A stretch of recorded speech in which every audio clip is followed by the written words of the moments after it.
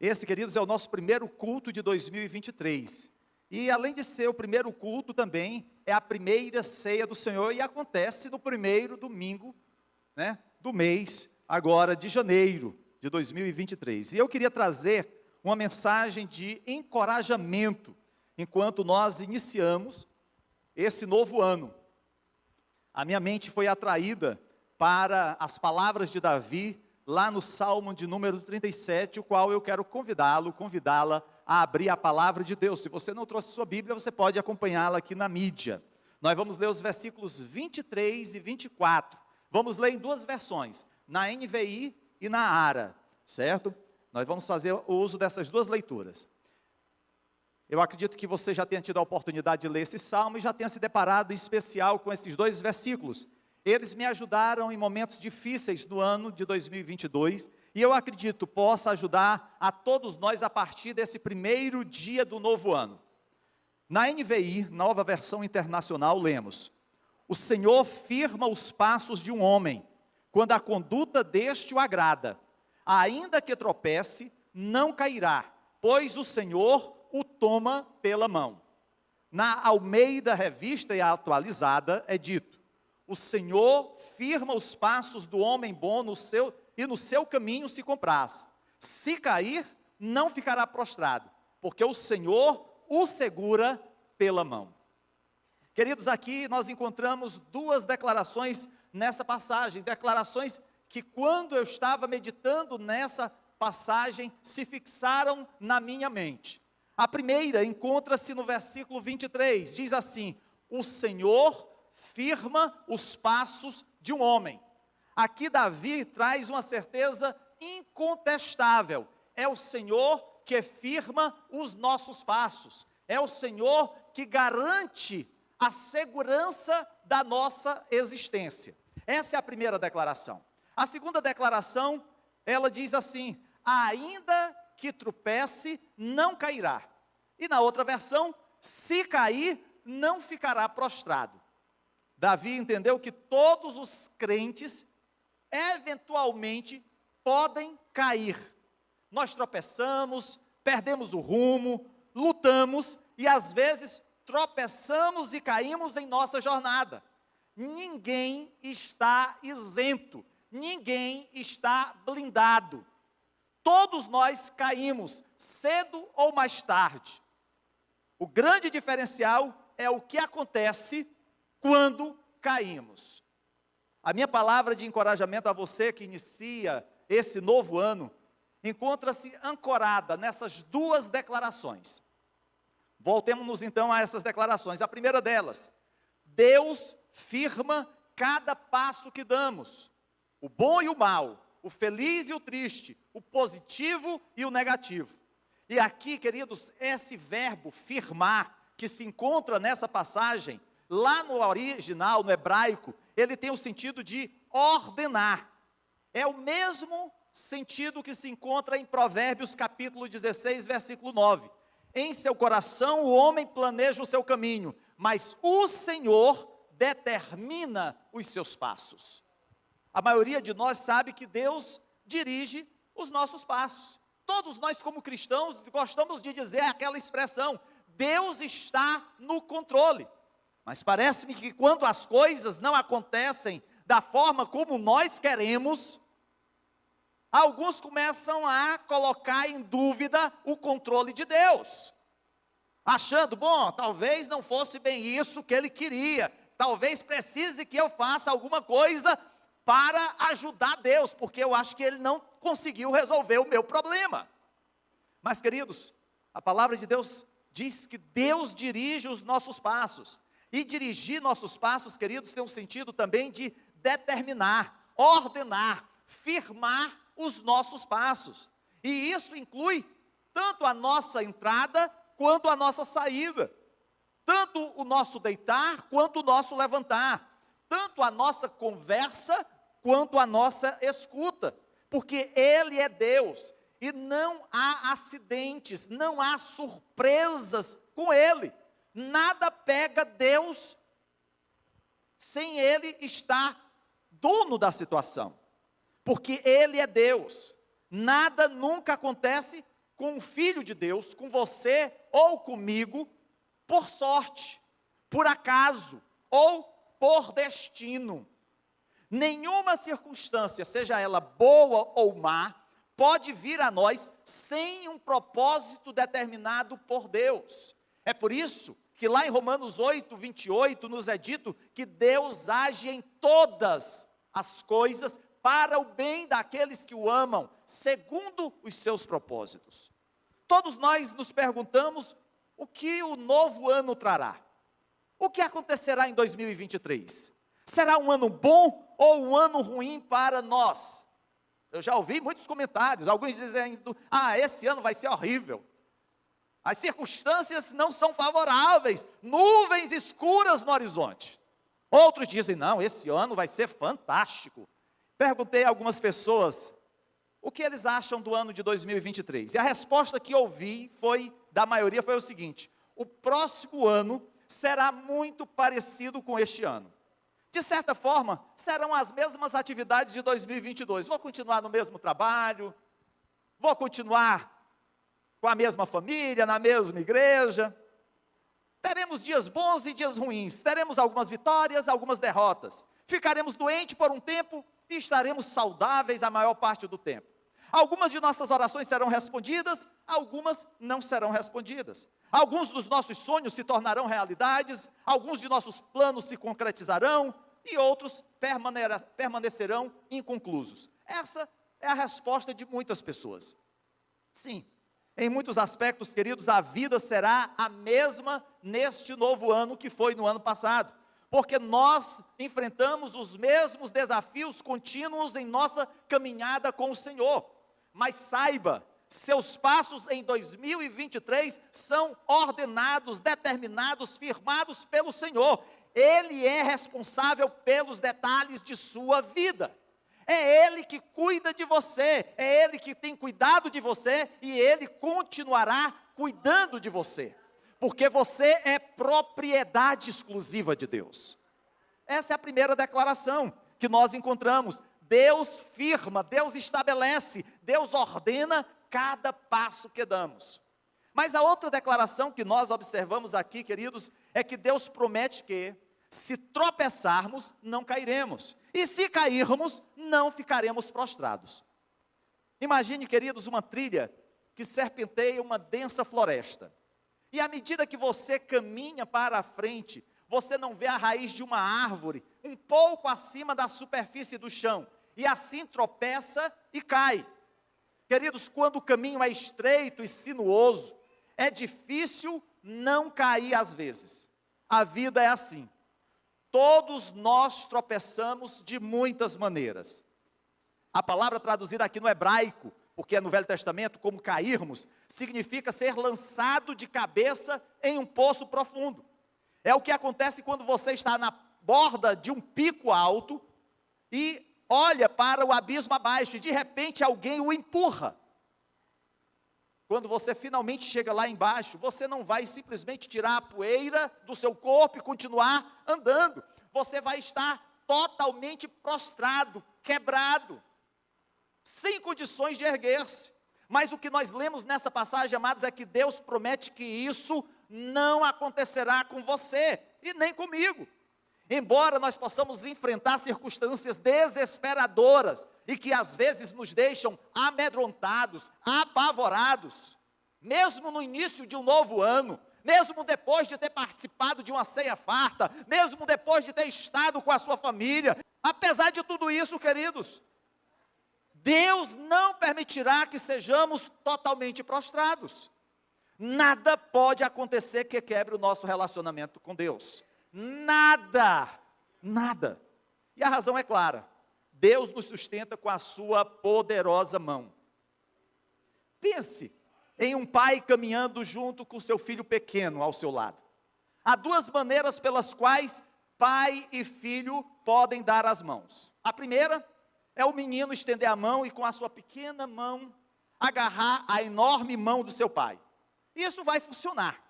Ele vai se sentir seguro, porque ele está segurando na mão do papai. Mas se aquela criança tropeçar, facilmente ela vai cair. Porém, a outra forma de ser mantido aquela criança presa ao seu pai, é se o pai segurar na mão do seu filho. A criança poderá até tropeçar, mas o pai a sustentará e evitará que ele caia. Queridos, a queda pode ser, para nós, uma queda decorrente de problemas na nossa vida, calamidade, catástrofe, ou até mesmo pode ser uma queda ocasionada por um pecado moral grave. A queda pode ser motivada pela perda de um emprego, um problema de saúde, o rompimento de um casamento, o fim de uma amizade, a falência de uma empresa, ou qualquer tipo de crise pessoal que cause a perda de sua reputação. Pode ser um pecado moral, uma série de escolhas tolas que o levaram a uma direção errada, de modo que você feriu a sua caminhada com Deus e feriu aquelas pessoas ao seu redor. Às vezes, a queda é causada por amargura, raiva, decepções, luxúria, adultério ou alguma outra ação pecaminosa. Há diversas coisas relacionadas à queda. Eu sei que às vezes quando nós falamos em queda, em geral o que passa na nossa mente é algo que diz respeito à imoralidade sexual. Mas há muitas coisas que envolvem a queda. A Bíblia mostra repetidamente quão facilmente isso pode acontecer, até mesmo com as melhores pessoas.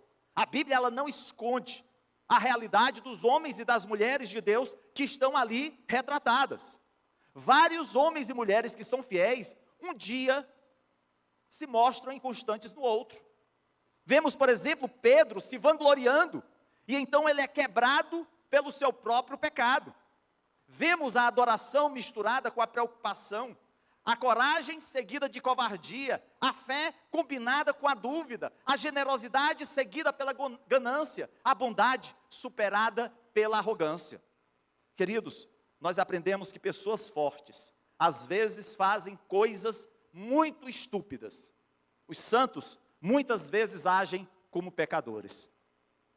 Eu acredito que vocês se lembram de Noé. Noé foi comissionado por Deus para construir a arca, para salvar a sua família. Quando o dilúvio acabou, a palavra de Deus diz que Noé encheu a cara, bebeu todas, e se expôs aos seus filhos em nudez.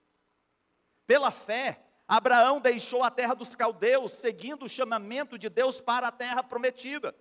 E quando lá chegou, mentiu sobre sua esposa Sara, não uma, mas 2 vezes. Antes de Moisés levar os filhos de Israel para fora do Egito, ele matou um egípcio e tentou encobrir as evidências. Depois que Davi escreveu, o Senhor é o meu pastor, ele cometeu adultério com Batseba e mandou assassinar Urias, o seu marido, em uma tentativa vã de encobrir o seu pecado. Quando Pedro, se por um lado ele teve a coragem de declarar: Jesus, tu és o Cristo, o Filho do Deus vivo, mas logo em seguida, esse mesmo Pedro, no cenáculo, ele nega a Jesus, quando confrontado por uma adolescente ao redor de uma fogueira. Ele perdeu a coragem, começou a jurar e negou 3 vezes o Senhor. Queridos, essas histórias estão na Bíblia, tanto para nos instruir, quanto para nos encorajar. Elas nos ensinam que mesmo os melhores homens, os melhores crentes, quando sob pressão, podem fazer coisas tolas.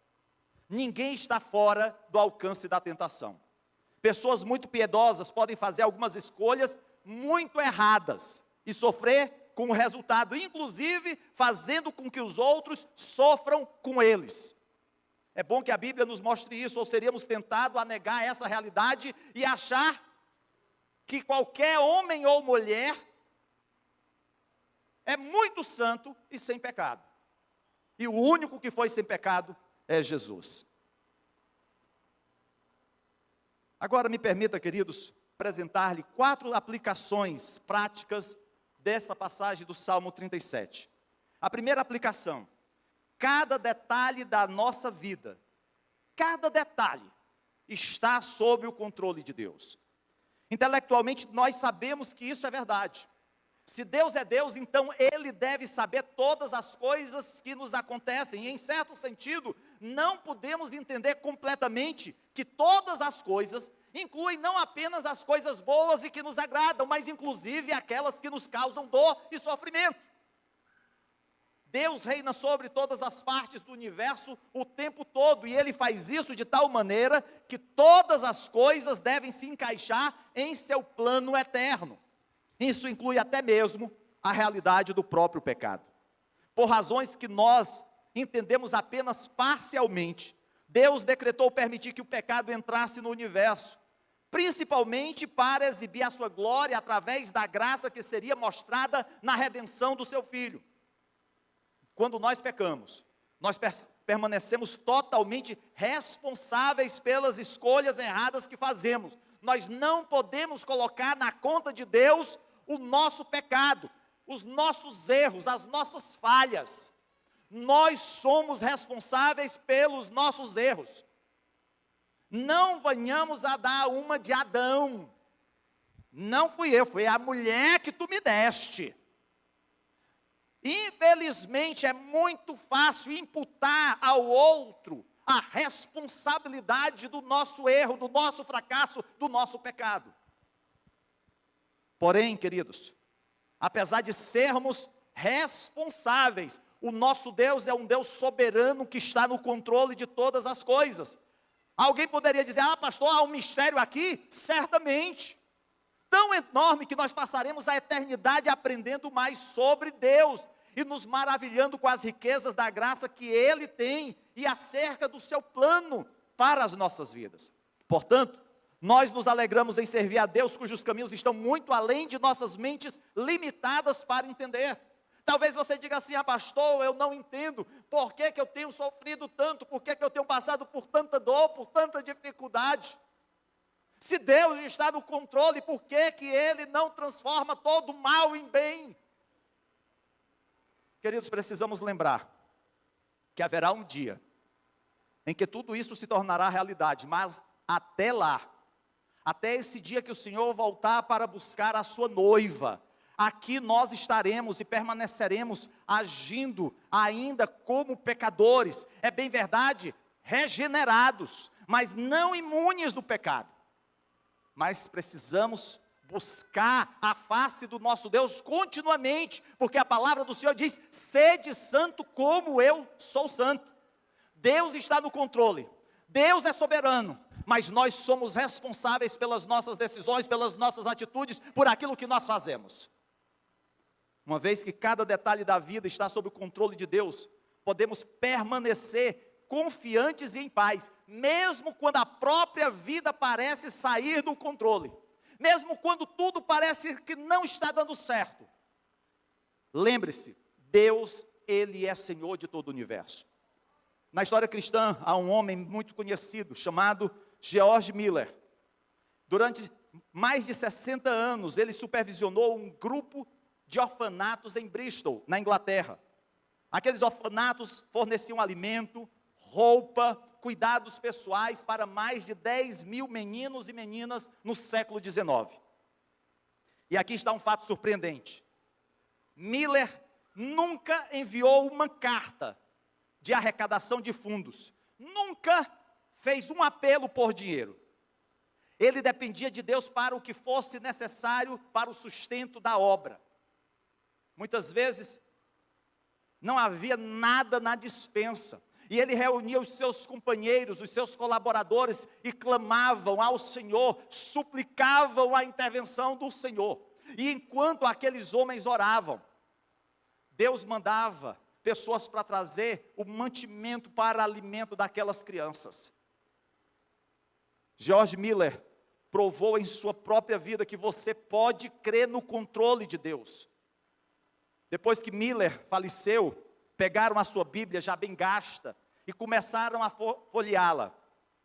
E ele, que era um ávido leitor da Bíblia, as suas páginas estavam cheias de anotações das suas devocionais diárias. E lá nesse mesmo salmo que nós lemos nessa noite, Miller acrescentou 2 palavras: os passos e as paradas de um homem bom são ordenados pelo Senhor. Ou seja, É Deus que determina o momento de ir à frente e o momento da parada. E isso em todos os sentidos da nossa vida. Houve momentos em que o povo de Israel foi dito a eles: parem, aguardem, vejam o milagre de Deus. E outros momentos ao povo de Israel foi dito: avancem, combatam, o Senhor, o grande general, vai à vossa frente.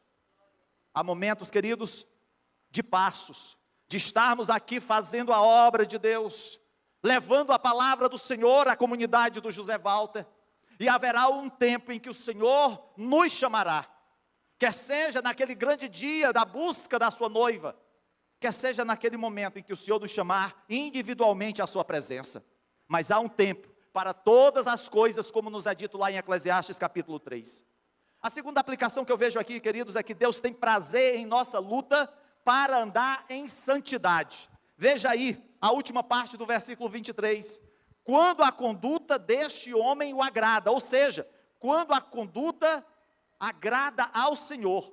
E homem aqui refere-se ao crente individualmente. Às vezes a gente quer colocar a família como um todo, mas aqui o relacionamento de Deus com você. Você nesse momento precisa ter um relacionamento de santidade com o Senhor. É claro que você deve cuidar da sua família, é claro que você deve abençoar os seus pais, os seus filhos, mas é o seu relacionamento com Deus. Charles Spurgeon, ele disse: como os pais estão satisfeitos com os passos cambaleantes dos seus bebês, tudo o que diz respeito a um santo é interessante para o seu Pai Celestial. Deus ama ver os santos esforços de uma alma avançando para os céus. Deus se agrada, queridos, quando nós nos dedicamos, quando nós nos esforçamos, quando nós caminhamos e seguimos a presença do Senhor. Deus não nos chamou para ficarmos paralisados no meio do caminho. Deus não nos chamou para retrocedermos. Deus nos chamou para prosseguirmos para a Jerusalém celestial. Considere um pai e sua filha pequena, que está apenas aprendendo a andar. Há meses, aquela pequena criança engatinha. Recentemente ela já aprendeu a se levantar e ficar de pé.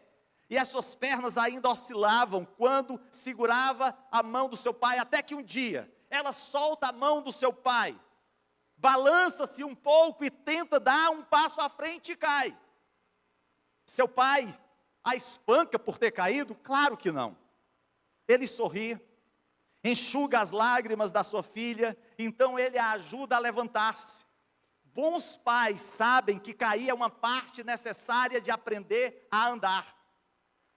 E os pais não fazem nenhum favor a seus filhos, sendo tão protetores que seus filhos nunca caem. Cuidado, menino, tu vai cair. Não faz isso. Faz parte da nossa vida. É melhor que uma criança caia 100 vezes do que nunca aprenda a andar. Cair não é divertido para a criança, mas um pai sábio sabe que cair vem antes de andar. Não é que o pai goste de ver a sua filha cair e derramar lágrimas, mas ele se alegra ao vê-la crescendo e se esforçando a aprender algo novo. Queridos, isso se aplica às quedas que nós sofremos na nossa vida com Cristo. As nossas lutas são necessárias, mesmo que não sejam agradáveis ou fáceis de suportar. Às vezes, e muitas vezes, nós passamos por problemas como consequência das escolhas que fizemos. E às vezes acabamos machucando muito a nós e a outras pessoas. Casamentos terminam, amizades são quebradas, igrejas se dividem, nossos filhos sofrem e a causa de Cristo é ferida pelas coisas que dizemos e fazemos. Amados, o pecado é um assunto sério e nunca pecamos sem ferir, quer seja a nós mesmos, quer seja aos outros, mas em especial a Deus. Eu não quero sugerir que Deus tenha prazer em nosso pecado, ou que nosso pecado não traga disciplina, punição. Mas quando nós pecamos, às vezes, queridos, nós concluímos erroneamente que Deus deve nos odiar por isso. Em nosso desespero, queremos nos esconder em um armário e nunca sair. Há alguns até mesmo que depois de pecar, afastam-se dos caminhos do Senhor, não vêm mais à igreja. Ficam como que envergonhados pelo pecado cometido. E ao invés de buscarem uma reconciliação com o Senhor e com os santos, simplesmente dão as costas e abraçam o mundo. Queridos, Deus ama seus filhos com um amor eterno. Nada do que dizemos ou fazemos pode nos separar do amor de Deus em Cristo Jesus, se encontra lá em Romanos 8, 38 e 39. Nós estamos unidos ao nosso Pai com laços de amor eterno, mais fortes que o aço. Porém, isso não é carta branca para pecar. Fique bem claro, eu não estou fazendo apologia à bagaceira do pecado, mas eu quero te dizer que apesar dos teus erros, apesar das tuas falhas, Deus te ama.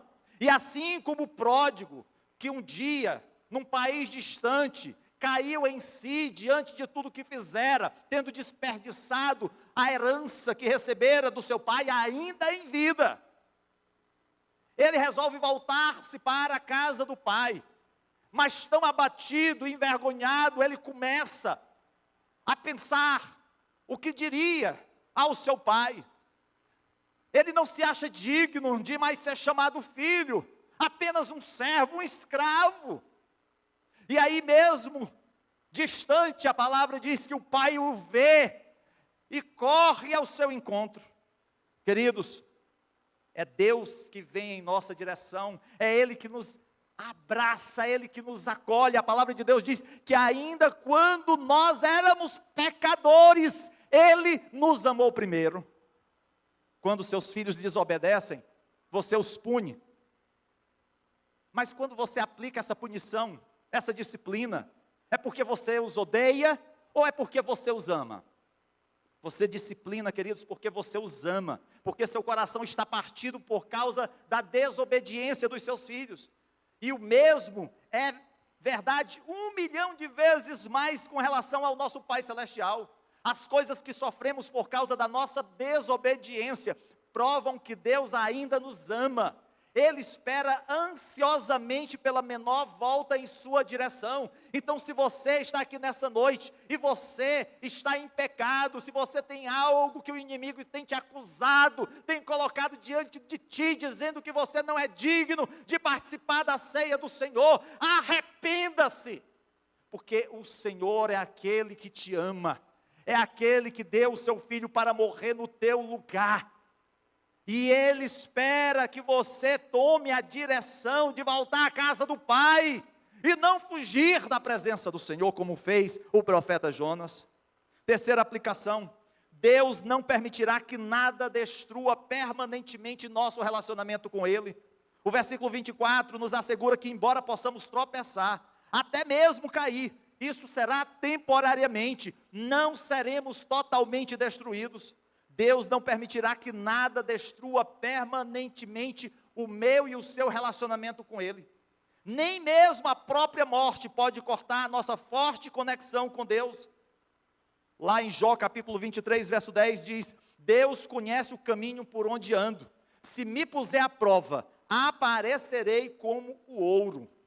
Queridos, quando você está na fornalha, é difícil acreditar que qualquer bem possa resultar da prova de fogo. Talvez você esteja passando por uma prova difícil, aonde você se sinta sozinho, aonde você esteja sofrendo, mas Deus te diz: espere um pouco e você verá ouro puro, porque a palha vai ser queimada e o que vai permanecer é aquilo que me agrada, diz o Senhor. Durante os piores momentos, queridos, aceitamos isso pela fé e nos apegamos a Deus, acreditando que dias melhores devem eventualmente vir. Foi isso que Jó fez. Ele perdeu tudo, porém recuperou mais do que perdeu. Quem não se lembra de José? Ele foi lançado na prisão por uma falsa acusação de estupro. Porém, José acabou sendo o segundo homem mais poderoso do Egito. A provação nos leva a uma promoção. Eu não estou me referindo aqui a simplesmente emprego, mas às vezes diante de Deus. Quando Jonas, que caiu na barriga de um grande peixe, Jonas era um profeta relutante, cujas palavras finais são ao mesmo tempo raivosas e acusadoras, mas ainda assim ele era um homem de Deus para a cidade de Nínive. Foi a Jonas que Deus mandou para Nínive pregar arrependimento. Mas antes dele ir para Nínive, Jonas precisou ir para a barriga do peixe, para que lá ele passasse um tempo aprendendo a depender de Deus, a obedecer o Senhor. Deus tinha coisas maiores para Jonas. Ele não terminou com Jonas por causa da sua rebeldia. Deus não vai terminar conosco por causa da nossa rebeldia. Nós precisamos buscar uma reconciliação com o Senhor.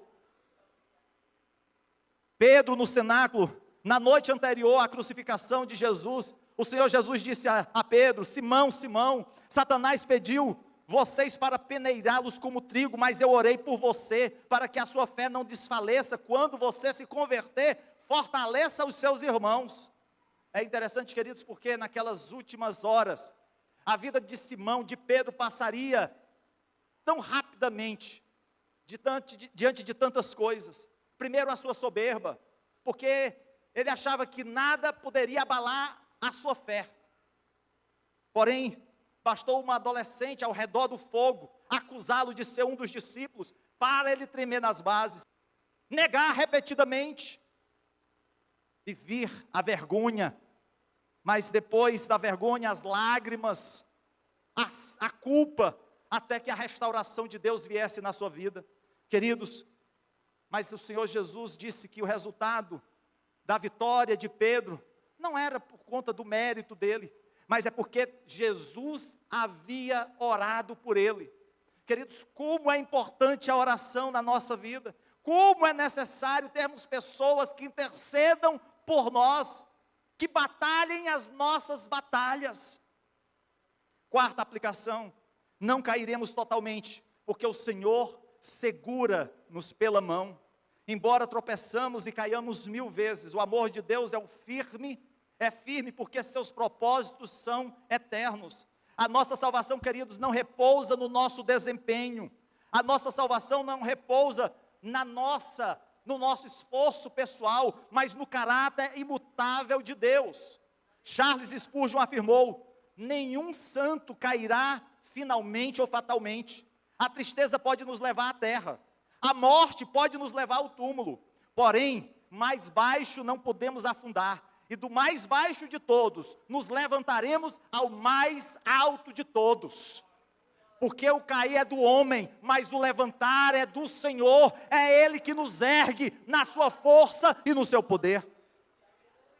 Martinho Lutero disse que são necessários 3 coisas para fazer um homem de Deus: meditação, oração e tentação. As 2 primeiras são fáceis. Nós sabemos que precisamos da Bíblia, de ler a Bíblia e de orar. Mas a maioria de nós não incluiria nessa lista tentação. Lutero quis dizer, queridos, que o caráter piedoso do verdadeiro crente só pode ser desenvolvido no cadinho da vida, onde nós lutamos muitas batalhas com o mundo, com a carne e com o diabo. A tentação de desistir, de se desesperar, de ceder, de amargura, de fugir da luta, de se envolver com a luxúria, com a ganância, de nos entregarmos ao pecado, ao orgulho, podem nos destruir e nos tornar fracos. A oração e a leitura na Bíblia por si só não podem nos tornar piedosos. Precisamos das lutas da vida para nos tornar fortes. É por isso, queridos, que nós não podemos criar, por exemplo, os nossos filhos dentro de uma redoma, achando que com isso nós vamos livrá-los das intempéries da vida. Em nenhum momento Jesus fez assim com os seus discípulos, pelo contrário, Ele os alertou: no mundo tereis aflições. Jesus não disse: olha, agora que vocês vão ser meus discípulos, vocês estão livres de todo problema. Não, Ele deixou bem claro: vocês vão passar por lutas, mas tenham bom ânimo, eu venci o mundo. Queridos, não fingimos que as nossas provações nunca aconteceram, que os cristãos não sofrem. Sofremos como todos os outros neste planeta amaldiçoado pelo pecado. Não é bom quando nós caímos em pecado, não é bom. Pode até ser que o pecado traga alguma alegria temporária à nossa vida, mas as consequências do pecado são nefastas, são terríveis, são desoladoras, são destruidoras sobre a nossa vida. O pecado só se deleita por um breve tempo.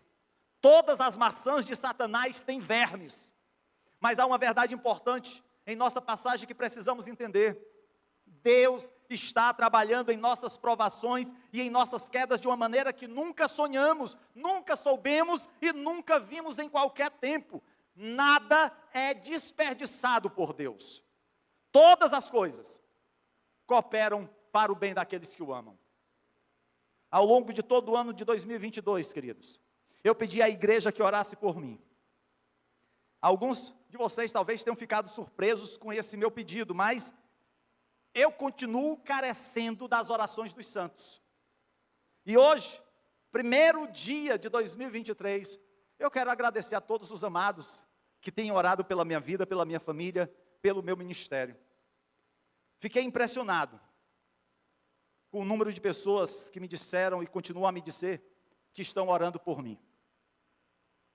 Pessoas bem jovens, às vezes adolescentes, pessoas de mais idade, como a irmã Luísa.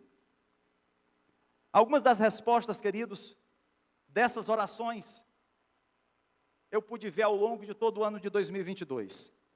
Outras respostas são conhecidas apenas por Deus. E eu menciono isso para agradecer e salientar que as orações dos santos são uma maneira pela qual o Senhor sustenta os seus filhos, enquanto eles percorrem o caminho que leva da terra para o céu. Infelizmente, ao longo de 2022, nós soubemos de vários casos de pastores que pecaram, que abandonaram o ministério. E é por isso, queridos, que nós carecemos da oração da igreja. Porque todos nós lutamos de muitas maneiras. Ninguém consegue um caminho fácil para a glória. E eu quero deixar com você um pensamento para encorajá-lo. Se for possível, Deus o ama ainda mais quando você luta. Eu digo se for possível porque Deus sempre vai te amar. Quer seja no período de prosperidade, de bonança, quer seja num período de dificuldade, de luta. E quando nós dizemos isso, é porque nós reconhecemos o cuidado de Deus em cada momento. E eu quero terminar esse meu sermão com a seguinte declaração: Deus não o colocará em uma situação insuportável em 2023.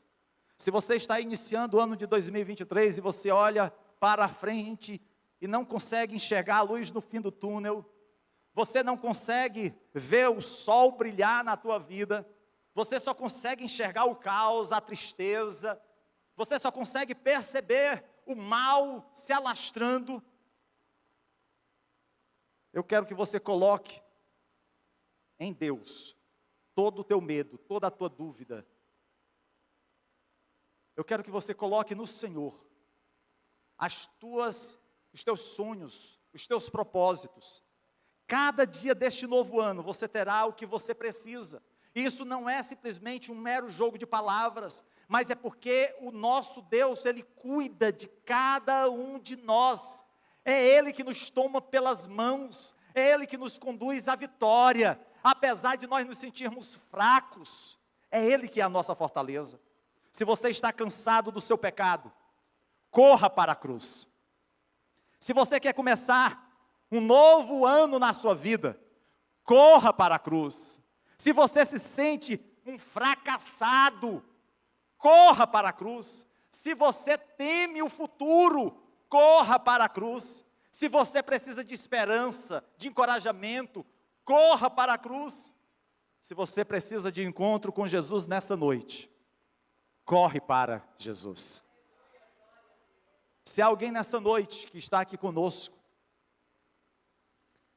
e que ao meio da sua caminhada afastou-se dos caminhos do Senhor, você que está aí nos acompanhando através do nosso canal no YouTube, precisa de um encontro com Deus, saiba que esse ano, a pessoa que vai te garantir a bênção, a vitória, a pessoa que vai te conduzir, não livre de lutas e batalhas, mas que vai estar ao teu lado constantemente, essa pessoa é Jesus. Há entre nós alguém que afastou-se dos caminhos do Senhor e precisa de uma reconciliação com Deus? Hoje é noite de ceia, somos chamados a dela participar, não ficar fora da ceia. A ceia é o momento da família de Deus, é um momento todo nosso. Eu sei que alguns irmãos estão impedidos de estar conosco nessa noite, alguns porque estão enfermos, outros porque estão viajando, retornando para suas casas. Mas, queridos, que nessa noite você possa colocar a sua vida diante do altar do Senhor, porque o seu futuro repousa nas mãos de um Deus que te ama, mais do que você pode imaginar. Um Deus que deu a sua vida por amor a você, um Deus que se entregou, sendo você ainda pecador. E é esse Deus que está aqui nessa noite,